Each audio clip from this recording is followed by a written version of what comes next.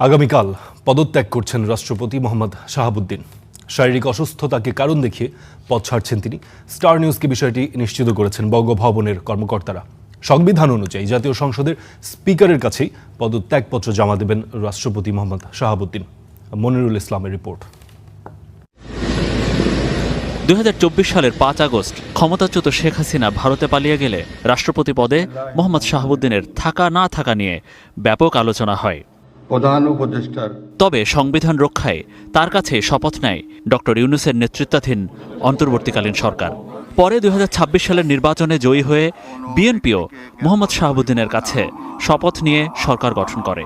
যিনি একসময় ছিলেন জয় বাংলার রাষ্ট্রপতি, আজকে তিনি হয়ে গেছেন বাংলাদেশ জিন্দাবাদের রাষ্ট্রপতি। এই ২ বছরে এনসিপি, জামাত সহ বিভিন্ন পক্ষ থেকে রাষ্ট্রপতিকে অপসারণের দাবি তোলা হয়, কিন্তু তাতে সায় দেয়নি বিএনপি। উল্টো শাহাবুদ্দিনকে রাখতে জোর ভূমিকা রাখে তারা। তবে এবার পাল্টে যাচ্ছে দৃশ্যপট। জানা গেছে চলতি মাসের শুরুতে মৌখিকভাবে রাষ্ট্রপতিকে পদত্যাগ করতে বলে বিএনপি সরকার। তবে তাৎক্ষণিকভাবে পদত্যাগ না করে কিছুটা সময় চান তিনি। স্টার নিউজকে বঙ্গভবনের বেশ কয়েকজন কর্মকর্তা নিশ্চিত করেছেন শুক্রবার পদত্যাগ করছেন রাষ্ট্রপতি মোহাম্মদ শাহাবুদ্দিন। ওই দিন দুপুর নাগাদ পদত্যাগপত্র জাতীয় সংসদের স্পিকারের কাছে পাঠাবেন বলে নিশ্চিত করেছেন বঙ্গভবনের কর্মকর্তারা। রাষ্ট্রপতির পরিবারের পক্ষ থেকে জানা গেছে মোহাম্মদ শাহাবুদ্দিন শারীরিকভাবে বেশ অসুস্থ। মাস দুয়েক আগে ব্রিটেন থেকে চিকিৎসা নিয়ে আসার পর ঢাকায় সম্মিলিত সামরিক হাসপাতালে সিটি স্ক্যান ও এমআরআই পরীক্ষায় তার নিউরোকেন্দ্রিক জটিল রোগ ধরা পড়েছে। তাই পদত্যাগ করে স্ত্রীসহ সিঙ্গাপুরে চিকিৎসার জন্য যেতে চান মোহাম্মদ শাহাবুদ্দিন।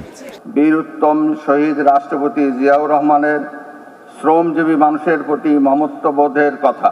তবে এ নিয়ে বিভিন্ন গণমাধ্যমে বেরিয়েছে আরও স্পর্শকাতর তথ্য।